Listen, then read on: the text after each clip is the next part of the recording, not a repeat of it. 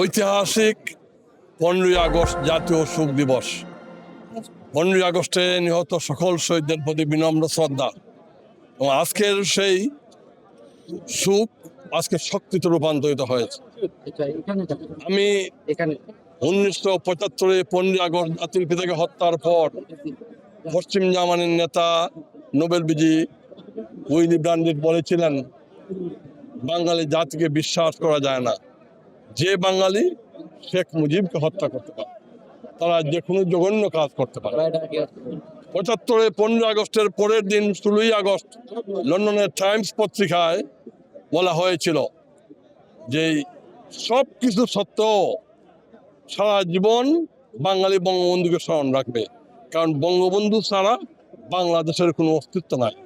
আমি আজকের এই 51 বছর পর আমি বলতে চাই, আজকের বাংলাদেশের মানুষ, বিশ্ব বাঙালি, বিশ্ব সম্প্রদায় বিশ্বাস করে এই বাংলাদেশের লাল সবুজের পতাকা, এই বাংলাদেশের মানচিত্র, এই বাংলাদেশের সার্বভৌমত্ব, এই বাংলাদেশ বঙ্গবন্ধুর তৈরি, বঙ্গবন্ধুর সৃষ্টি, এবং বঙ্গবন্ধুকে আমাদের কারো হৃদয় থেকে মুছে ফেলা যাবে না। আজকে 75-এ যেমনি ইন্ডিপেন্ডেন্ট অধ্যাদেশ দিয়ে খন্দকার মোস্তাক বঙ্গবন্ধু হত্যার বিচার বন্ধ করতে চেয়েছিল, জিয়াউর রহমান সেই ইন্ডিপেন্ডেন্ট অধ্যাদেশকে আইনে রূপান্তরিত করেছিলেন, তারপরও বঙ্গবন্ধু হত্যার বিচার হয়েছে।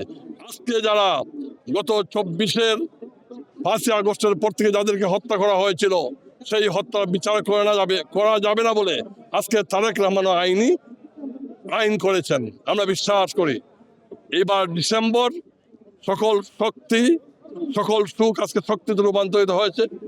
যে বাংলাদেশের সফল প্রধানমন্ত্রী, উন্নয়ন সমৃদ্ধির প্রতীক, শান্তি সম্প্রীতির প্রতীক মাননীয় প্রধানমন্ত্রী জনাব শেখ হাসিনা ডিসেম্বরে বাংলাদেশে যাবেন, এবং মাননীয় প্রধানমন্ত্রীর নেতৃত্বে বঙ্গবন্ধুর স্বপ্নের বাংলাদেশ, একটি সোনার বাংলাদেশ, শান্তির বাংলাদেশ, সম্প্রীতির বাংলাদেশ এবং উন্নত সমৃদ্ধ বাংলাদেশ গঠন করা।